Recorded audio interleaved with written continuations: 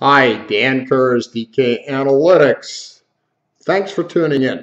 It is January 19th, 2017, one day prior to the inauguration, the swearing in of Donald Trump as America's 45th president. We thought this an apt juncture to review where we stand, our trajectory, what's in store, and against all that, valuations, obviously. In so doing, we found two interesting bookshelf comments, and that is to frame from one end of the bookshelf to the other, in this case, the baton being handed on from President Obama to soon-to-be President Trump tomorrow, President Trump. An outfit by the name of Convention of States put out some interesting facts and commentary to this very issue, or as regards this very issue, to frame this, and I'll read that for review and consideration.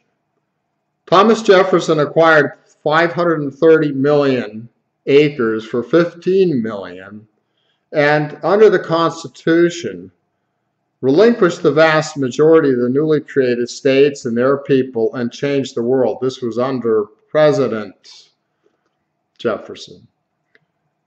Contrast it with this. Outgoing President Barack Obama has now locked up 553 million acres as national monuments in disregard of the Constitution and equal protection of law, including property right protections.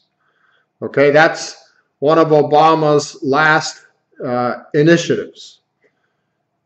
Tomorrow, at the inauguration of Donald Trump, the Convention of States made the following observation.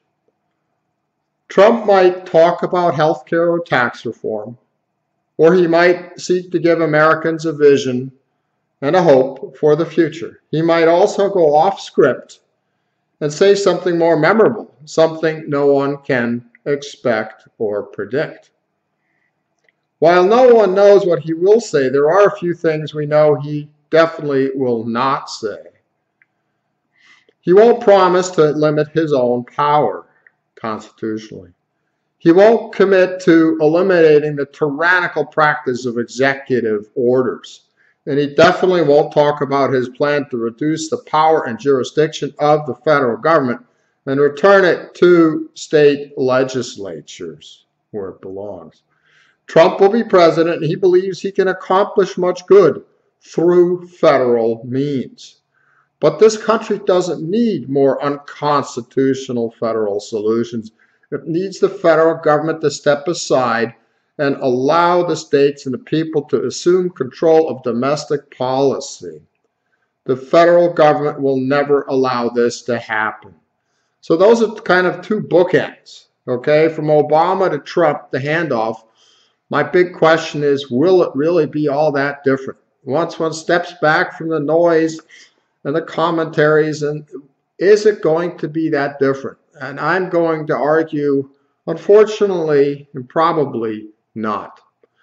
With that as a backdrop, let's hone in on some of the current developments to better frame the assets which we hold or consider holding or perhaps consider selling in light of where we stand and the valuations attached to bonds and stocks in particular.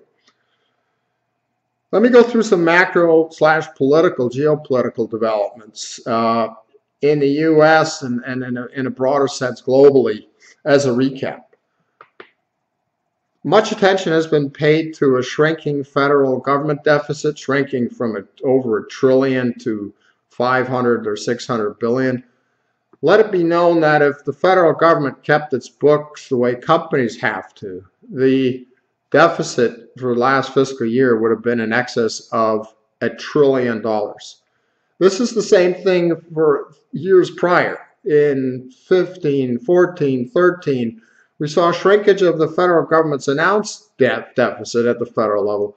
But if one took a look at the Treasury Department's website and saw the increase in net debt of the government, every year $1 trillion plus deficit. So, you know, sleight of hand, call it what you want. Then moreover, if one accounted for the federal government's off-balance sheet liabilities, things such as pensions, government pensions, Social Security, and Medicare, then the deficit in this last fiscal year would have been close to $7 trillion. So that's a tough position to be in terms of finances. If we turn to the private sector, the trade deficit, for November, increased stoutly to $45 billion in the month of November. This, together with the December trade deficit, or the assumed, is going to put the U.S. into a quarterly trade deficit position that has eclipsed any since 2007. This explains also the fact that the country is over $7,500 billion, or 7.5 trillion, in debt, in net debt, as a net debtor nation. And in earlier decades, going back all the way to the 80s, traders and 90s, people used to focus on things such as M1, increase, decrease. Traders got hooked on that, or then we went to trade deficits. Well, it used to be that a $10 to $15 billion trade deficit spooked currency markets and the dollar sold off. Yet today, we can have 40, 50, $60 billion monthly deficits and everybody just yawns. I think there's a big disconnect there. And that's one of the big risks with the dollar and the current valuation of the dollar, which, as you probably noticed, Donald Trump is starting to get a bit loud about. In other words, talk it down. But I'll get to that in a second. What we also see at the economic level is weak consumer spending. Now, December's retail sales up 0.6%, but if one peels back auto sales, which are in essence financing losses for the car companies, so their financing subsidiaries, and one takes out increases in gasoline costs, retail sales were only up 0.2% nominally before inflation. So they're dead in the water. And a lot of this, in actual fact, is also reflected by retailers, big box retailers, shuttering doors, announcing a closure of stores, announcing a lot of layoffs. And sadly, this is reflective of, weak consumption capacity, which in turn also reflects, you guessed it, weak real income for families. Just recently, full-time job growth is the weakest that it's been in this last quarter for upwards of 6 or 7 years. We're creating a lot of lower-paying part-time jobs. We continue to be mired in a very low labor force participation rate between 62 and 63%. And manufacturing jobs, those very high-paying full-time jobs, high value-added jobs, are today at under 13 million, roughly half of the government jobs in the country. So that doesn't quite square with a sound economy and a wealth of nations trajectory. And again, the whole thing is confirmed also by lingering trade deficits. If anyone goes to a Walmart store, any retailer in the United States outside of the grocery section, you're going to be pretty hard pressed to find things labeled made in the USA. So it isn't a manufacturing miracle.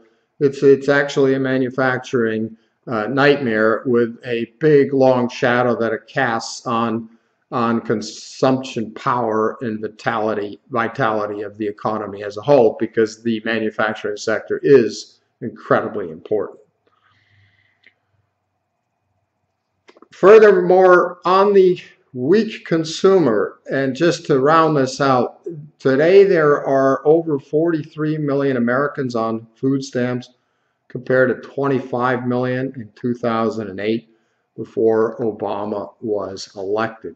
So we don't really have a consumer that can spend, that has the confidence, whether it's low job formations, low labor force participation rates, very weak full-time jobs, and all together, and outstanding debt. These things, and obviously reduced confidence. You don't go out and spend much if you're about to lose your job or you have lower paying part-time jobs to replace a full-time job. And this is impacting the economy, which is roughly 65 to 70% consumption. Excuse me, including, well, a big factor triggering the sustained weakness in this so-called economic recovery, and to a lesser degree the ones before this one under the Bush administration, are the fact that we continue to add regulations willy-nilly. And it's throwing sand in the gears of the free market sector, that part of the economy that cannot avail itself of big government, big business, cronyism, inside deals. And this is very, very difficult to get around. For instance, since the Obama administration began, 25,000 new federal regulations have been issued. There are over 1 million pages in the Federal Register of federal regulations. This is just massive sand in the gear for the private sector. Costs American businesses roughly $2 trillion a year to comply with. Small manufacturers, $35,000 per employee to comply with, just insane.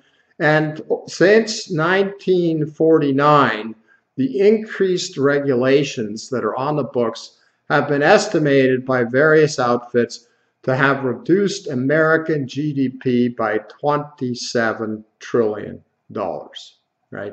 So this is a huge challenge from a constitutional point of view. The executive branch, where all these regulatory agencies are domiciled, they report ultimately to the President of the United States, which would be a big opportunity for Trump if he wanted to dispose of these, restructure them, trim them wherever possible, do cost-benefit analysis, and frankly, wipe out entire departments. The Department of Energy is the Department of non-energy. The Department of Education is the Department of non-education. We've got the Bureau of Land Management is the Bureau of Mismanagement. The EPA has gone way afield of protecting the environment and into outright naked cronyism for the privileged few, the Al Gores and such of the world, the Solyndras and. So this is a huge opportunity, which a President Trump would be able to hone in on because it's inside of his bailiwick. But we don't have strong signs of this happening. Granted, it would be very difficult to execute because there are career bureaucrats, many of whom have stout leftist persuasions, anti-liberty, anti-constitution persuasions. So it'd be very difficult to dislodge, but it would surely be worth a very big effort because this is one of the primary things that's killing off especially small business formations and manufacturing. And it's causing even big companies to leave U.S. shores because they just can't comply cost-wise to be competitive with this morass of U.S. regulatory requirements, which are actually nothing other than laws. In other words, the president de facto makes the laws today. He doesn't execute the laws that the Congress makes. He wears two hats because the new laws that are put on the books of the United States are mainly regulations emanating from, you guessed it, the executive branch. Huge opportunity. What's Trump's solution based upon his statements, which granted can vary from hour to hour, day by day, but his statements are, well, he would propose that for every new regulation, 2 regulations would be stripped. Are you kidding me? I mean, if you've got 25,000 new regulations added with stout penalties and difficulty of compliance and all this, how are you going to get that off the back, that monkey off the back of small businesses of Main Street America, unless you really whack away at this regulatory insanity? In other words, over 1 million pages of regulations on the books. That's what you got to do. But unfortunately, That is not what Donald Trump has in mind, at least not based on what he's said so far. Trump also, I think, has been under pressure to come out. I mentioned this in Post 16 and elsewhere. He just hasn't really come out and said, despite being a businessman, that the problem is government. Too much government. The government's too big. Its spending is too big. Its employees, there are too many of them. Remember, there's roughly twice as many government employees as there are manufacturing employees in the United States. 26 versus 13 million, rounded up. But what Trump has now come out and said is something that is in the direction of appeasing those that want him to cut government, which he apparently is not that interested in doing. But here goes. He announced the other day that he's going to aim to reduce government spending by 10% and government payrolls, and this would be in a federal government level, by 20%. Well, let's take a look at the numbers. He also said that he would not cut anything from mandatory spending, right? That's things such as interest on the national debt, Social Security, Medicare, the real big ticket items, especially Social Security and Medicare. Those are off limits. So he'll focus on a discretionary part of the federal budget, which is almost $4 trillion a year, all right? Well, the discretionary part includes none other than defense spending, which together with infrastructure spending, both of which he wants to increase, account for roughly 60% of discretionary spending, which in total is only 29% of federal spending. If we now put those two parts of discretionary spending off limits that should grow, infrastructure, defense-related spending, benefits for veterans and such, then guess what? We're looking at about $400 billion left in annual discretionary spending. That $400 billion roughly equates to the 10% haircut he's looking to give federal spending, 10% of $4 trillion. Well, guess what? That's just fiscal demagoguery. Ain't going to happen.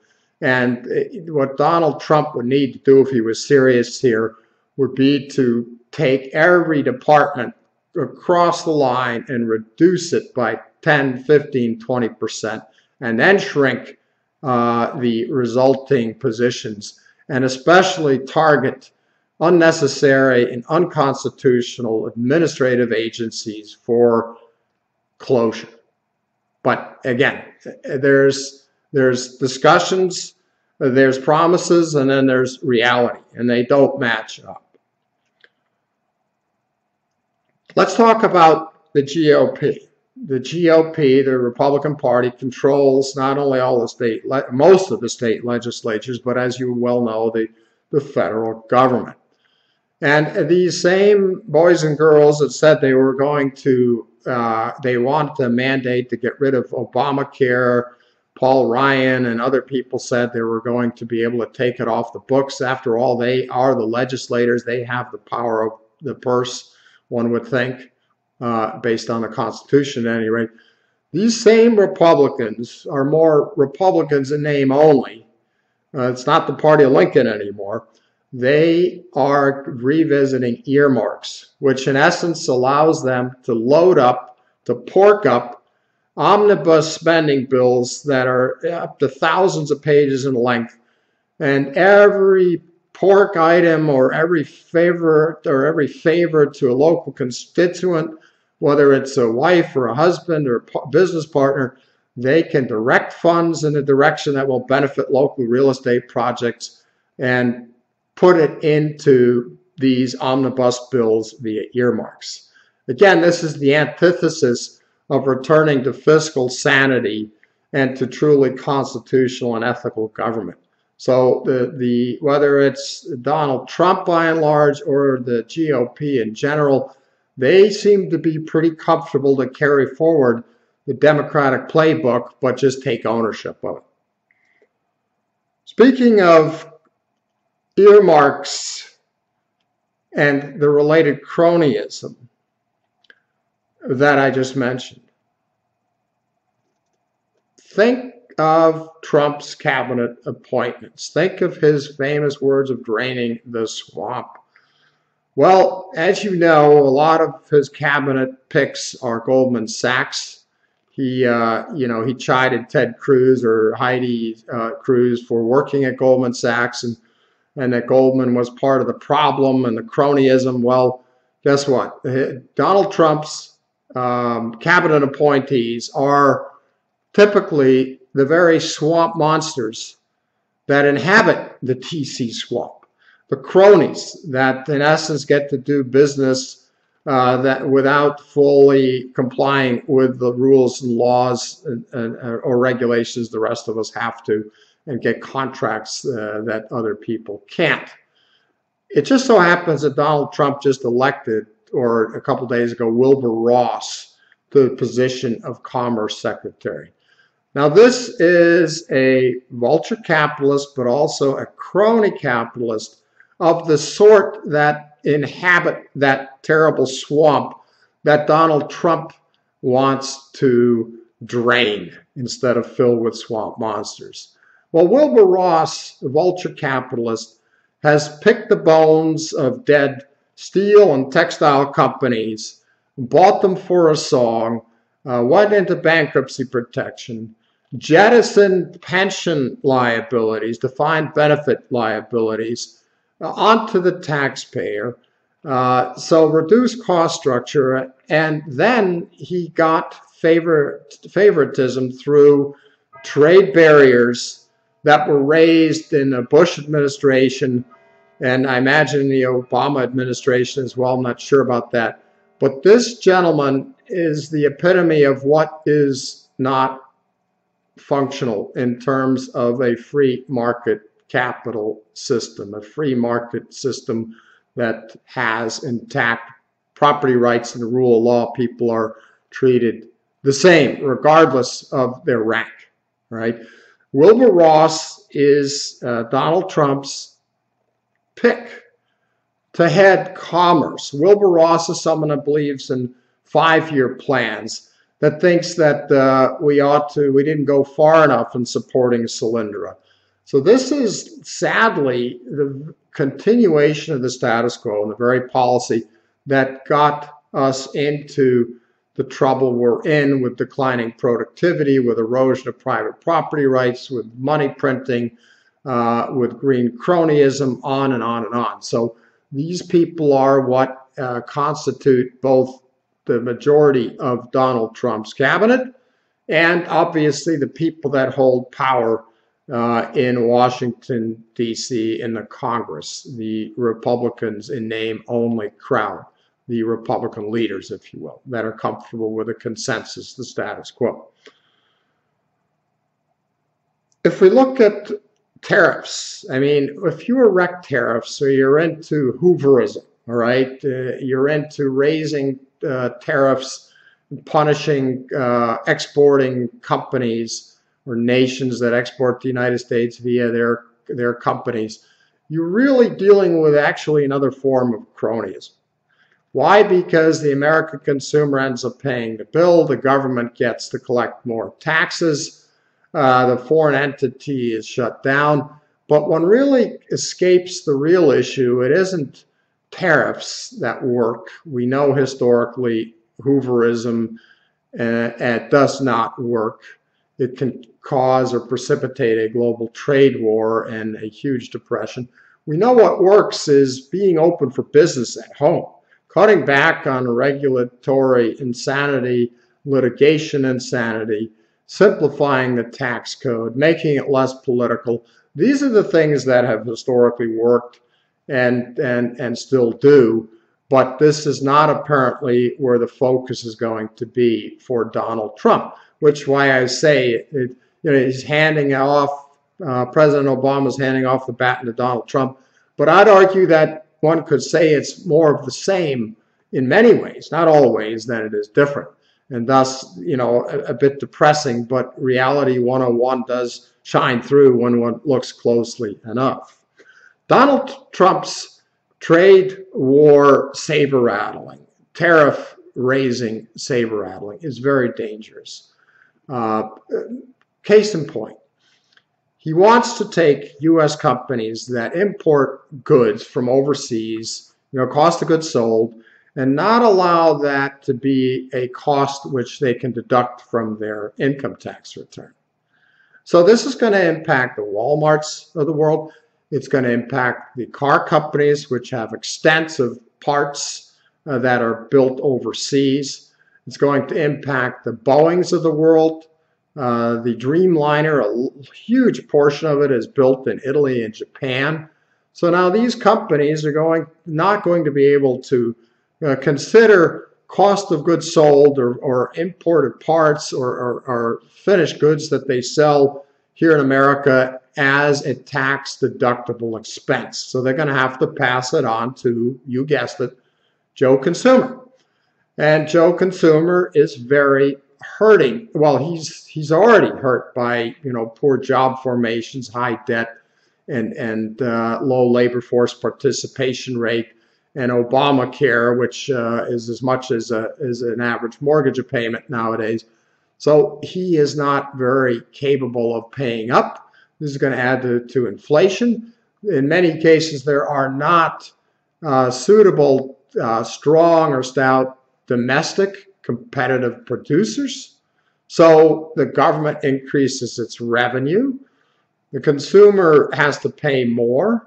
And the whole world gets increasingly mad at America, which is raising tariff barriers for their exports. So tit-for-tat response is possible, and inflation risks are possible. And the latest example, the threat that Trump made about BMW being hit with 35% import tax if it takes Mexican-produced BMWs and exports them to the United States. Well, guess what? The reason that BMW went to Mexico isn't because of labor advantage, lower vehicle costs at $600-700 per vehicle, some of which is taken out by lower transportation costs in the U.S., a better transportation system. The real reason BMW went to Mexico wasn't to take advantage of a $600-700 per car labor cost advantage, but because Mexico has signed around the world accords, trade pacts with countries that allow Mexican-produced goods to be exported with either zero or no tariffs. So the message, Mr. Trump, isn't to erect trade walls, but it's to tear them down. And the reason BMW went to Mexico is the reason it should come to America, because it can export from America at low tariffs. And you're not going to lower American tariffs to the rest of the world if you increase that of people importing things into this country. Again, it's wrong-footed on its face and is potentially very dangerous, especially given the weak global economy that we have to work with, and the penchant for politicians to react in kind. Let's take a look at Obamacare. Obamacare, the Republicans promised to take it out. When they won the elections in 2014, they have not been able to do so. That is, better said, they refuse to do so. They're too comfortable with it, and they don't want to run afoul of constituents that are benefiting from it.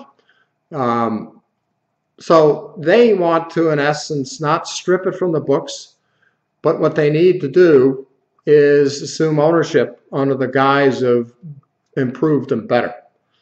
Well, Donald Trump has recently come out and said, instead of letting the private market, in essence, deal with healthcare, opening up competition and reducing regulations, allowing interstate, between state competition, bumping up health savings accounts, increasing the availability of private solutions unfettered by the government, such as happens with LASIK surgery and people that get cosmetic surgery. Those costs have been going down, not up. I was, as a young man, able to get insurance for $20 a month, by the way. Things have changed. The government just gets more and more into it, and it gets more and more expensive.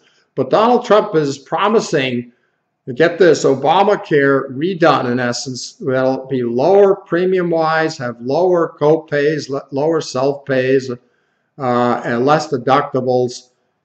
Haven't we heard that before? It's called Obamacare. It doesn't work. It never works.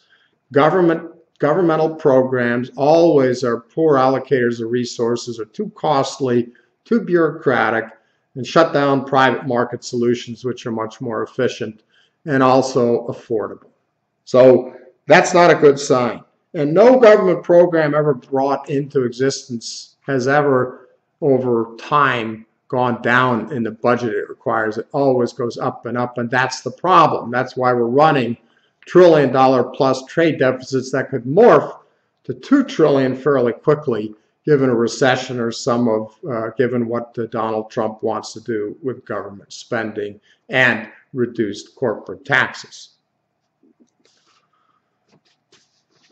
I think it's worthy of considering, as a wrap-up, the fact that a stab at litigation reform would also be combined with massive regulatory reform, where Donald Trump as president would have amazing power, right, to change that, because they're all under him. They all report to him. And yes, the intransigence of a leftist bureaucracy would be incredible. I mean, countries such as Japan see this. It's very tough. At the end of the day, the bureaucrats run things if the deep state doesn't, but that's another story for another day.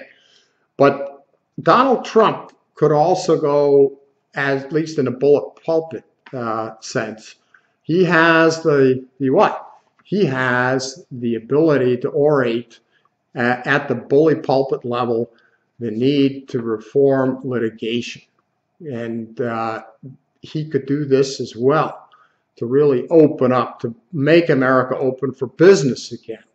But he won't, because he's a creature of litigation excess in building his empire, frankly, misuse of it, as is he a creature of cronyism or preferential treatment that people have that are tied in at the big business level to the bureaucratic state, to statism. That's where his past and his successful career come from.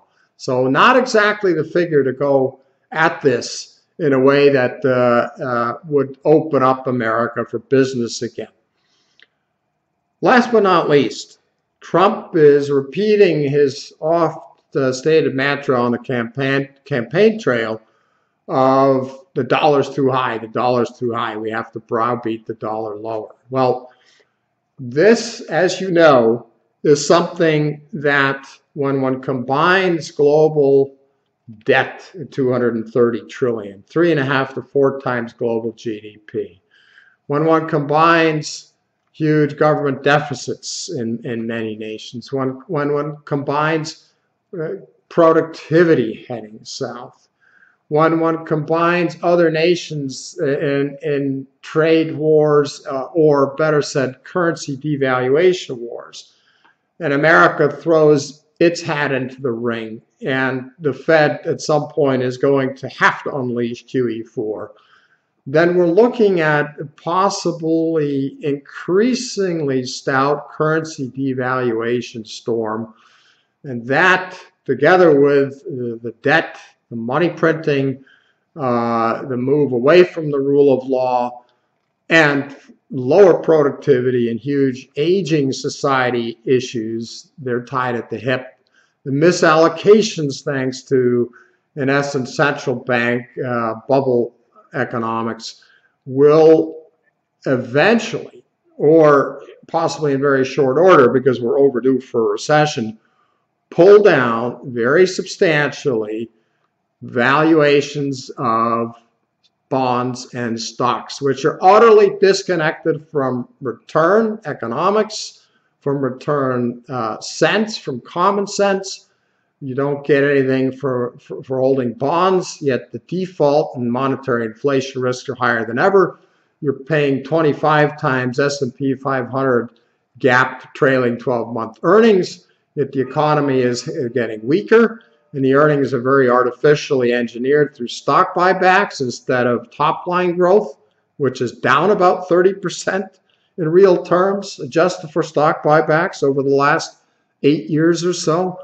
And our appeal to you is to use this before this whole thing comes apart at the seams as an opportunity to lighten your exposure to overvalued bonds and stocks, especially for those people that purchase stocks at relatively high levels. Not the people that have held them for 30 years. That's a different story. But for people that bought them, say, in the last 3-4 years, good time to sell.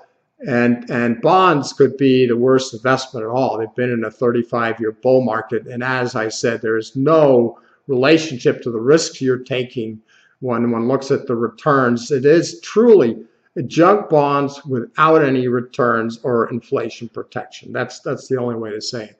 Where do you go if you are an investor convinced that I am more right than wrong with this? You go into safe cash. You go into T-bills. You're not going to get hit. The government can print the money. You set aside something and put it into scarce real assets. Yes, very much including oil, in this case, oil stocks. You consider positioning yourself in real money since time immemorial, physical gold and silver. And then you wait for sanity to return to stock and bond valuations, stock indices and bond indices. And then you can really get much better returns combined with much greater capital appreciation risk. But to position yourself for that, you first have to go through and cull your overvalued bond and stock positions. And that is our pre-inauguration or inauguration eve message for you today. It is January 19th, 2017. More on this in a post format, and quite a bit of this, at least tangentially, is also covered in our post number 16. I appreciate your interest. Thanks for tuning in. Bye-bye.